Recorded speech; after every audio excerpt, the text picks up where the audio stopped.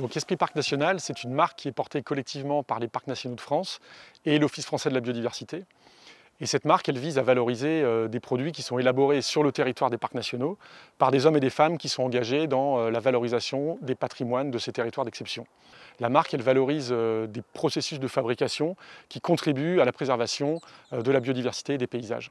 Alors à La Réunion, le territoire qui est classé en cœur de parc national, il couvre à peu près 40% du territoire de l'île. Mais il est aussi inscrit au patrimoine mondial de l'UNESCO au titre de la biodiversité et des paysages exceptionnels de l'île.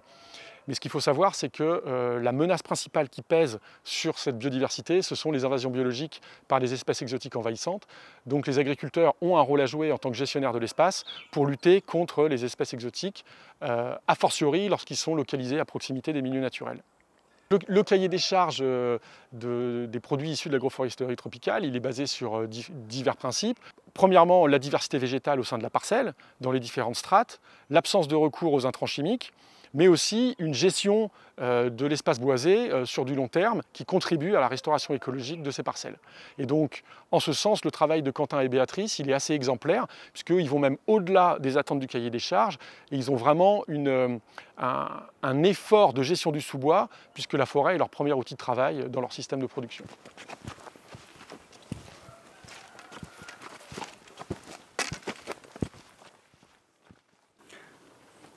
Alors, à l'heure actuelle, on travaille sur 1 hectare de vanille.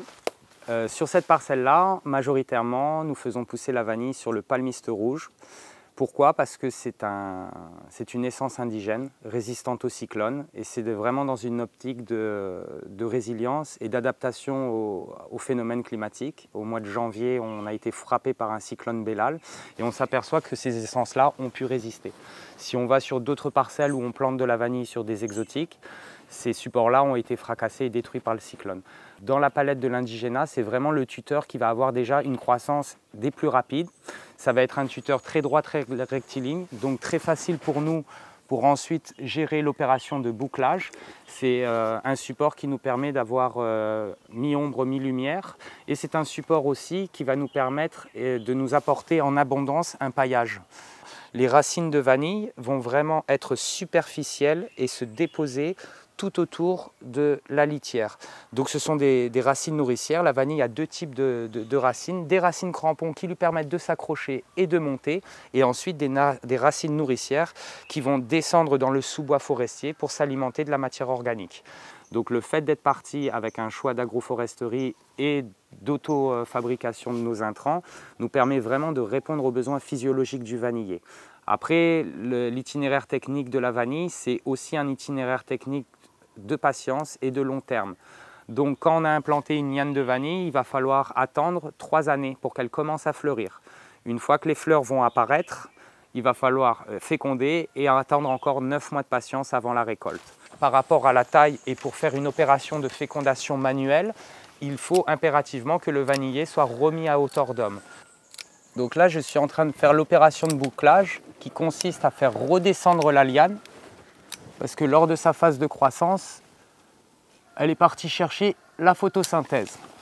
Donc on va utiliser le bois de golette qui va nous permettre tout simplement de rester au sol et d'aller la chercher. Un coup à gauche, un coup à droite, un coup à gauche, un coup à droite. Donc la vanille, c'est cassant comme du verre, ça paraît facile, mais on a mis plusieurs années avant d'arriver à ce geste technique-là.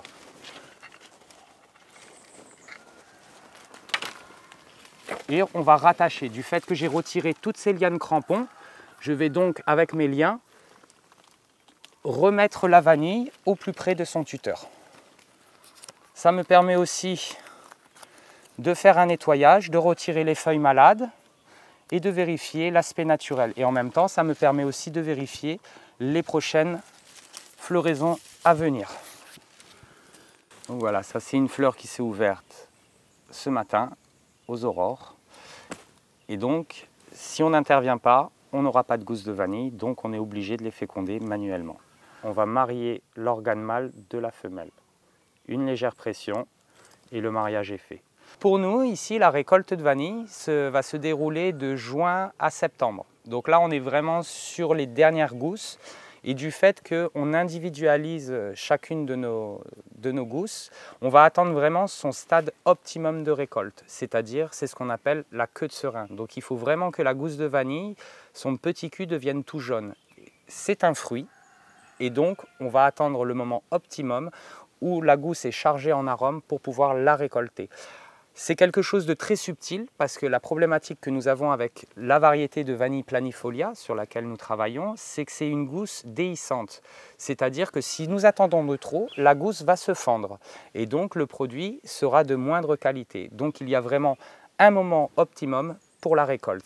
Par expérience, on s'aperçoit que plus on va féconder de gousses de vanille, plus on va fatiguer la liane et plus des problèmes aussi de maladies peuvent rentrer.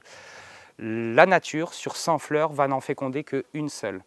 Nous, on optimise un peu la nature en l'aménageant et en amendant le vanillé. Donc nous, maximum, on va féconder 9 gousses par liane. On a déjà fait les autres années des expériences en étant trop gourmand, en sollicitant beaucoup trop la nature. Et à ce moment-là, on s'aperçoit que la durée de vie du vanillé diminue drastiquement et la taille des gousses diminue drastiquement. Donc nous, ce qui nous intéresse, c'est vraiment de se mettre au niveau physiologique de la vanille, de ne pas trop l'affaiblir, tout simplement pour pérenniser la liane. Donc la vanille planifolia, elle a besoin d'un stress au niveau de la température de l'hiver. Donc il nous faut 6 semaines avec des nuits fraîches en deçà de 18 degrés pour que le vanillé commence à être stressé et commence à avoir une induction florale. Donc souvent la vanille c'est une année sur deux. On peut osciller les rendements entre 33 kg à l'hectare jusqu'à 120 kg hectare en système agroforestier, ce qui sont des moyennes relativement bonnes. Donc en agroforesterie, on ne pourra jamais rivaliser sur les quantités, donc on mise tout sur la qualité. Je dirais même que nous les choyons tout au long de l'année dans nos plantations, mais après l'histoire et l'aventure continuent et nous allons continuer à choyer nos gousses à notre atelier de transformation ensuite. Alors, la particularité de notre technique, c'est qu'on continue à travailler un produit vivant, non mortifié, pour vraiment maintenir et conserver toutes les qualités organoleptiques que la vanille puisse nous offrir. On est sur un terroir exceptionnel et avec une haute concentration en vanilline. Donc nous, systématiquement, notre but recherché, c'est que toutes nos gousses de vanille vont être givrées. C'est vraiment un grand symbole de qualité reconnu par les plus grands chefs de cuisine au monde. Et ça signifie vraiment que le travail a été aussi bien fait au champ que dans l'atelier de préparation. Le seul baromètre de réussite, après 5 ans de vie et après 5 ans d'aventure, c'est le givre. Et donc c'est vraiment sous cette forme finale qu'on va commercialiser ce produit-là auprès de notre clientèle. La marque Esprit Park, c'est vrai, pour nous, est un gage de qualité et de transparence pour nos clients aussi. Ça nous permet de faire de belles rencontres avec d'autres agriculteurs ou d'autres professionnels qui sont labellisés de cette marque-là. Donc nous, ça nous apporte beaucoup parce que c'est des échanges extrêmement intéressants, des rencontres vraiment entre passionnés. Et c'est depuis 2 ans, depuis qu'on y est, on s'y retrouve dedans, donc pourvu que ça dure.